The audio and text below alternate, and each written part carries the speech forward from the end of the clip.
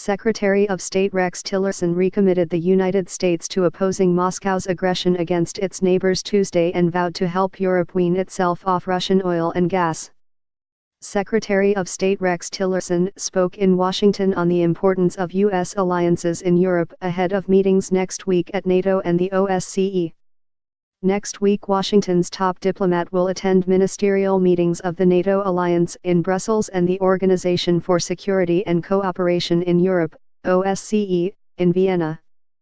At both sets of talks, Russia's intervention in Ukraine will top the agenda, and U.S. allies in Europe will be looking for reassurance that President Donald Trump's administration has their back.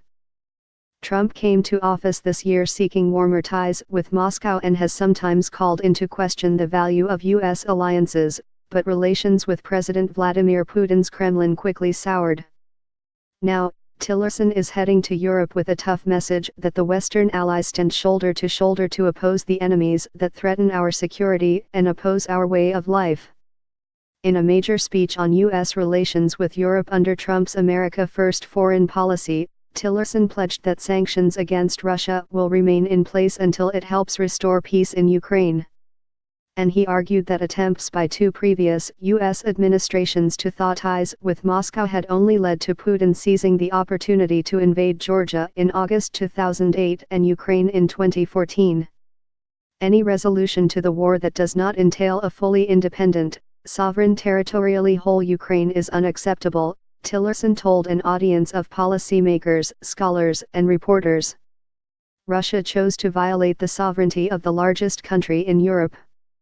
Our transatlantic unity is meant to convey to the Russian government that we will not stand by this flagrant violation of international norms, he said. And Tillerson warned that the US and European Union economic sanctions which Moscow has lobbied so hard to overturn will remain in place until Russia reverses the actions that triggered them. Before coming to office as Trump's Secretary of State, Tillerson was chairman of U.S. oil giant ExxonMobil, pursuing major investments in Russia, and an influential opponent of economic sanctions.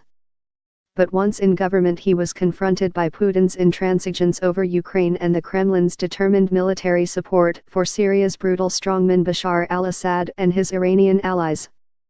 U.S. intelligence has also concluded that Russian agencies attempted to interfere in the American presidential election to tilt it in his favor over Democratic rival Hillary Clinton.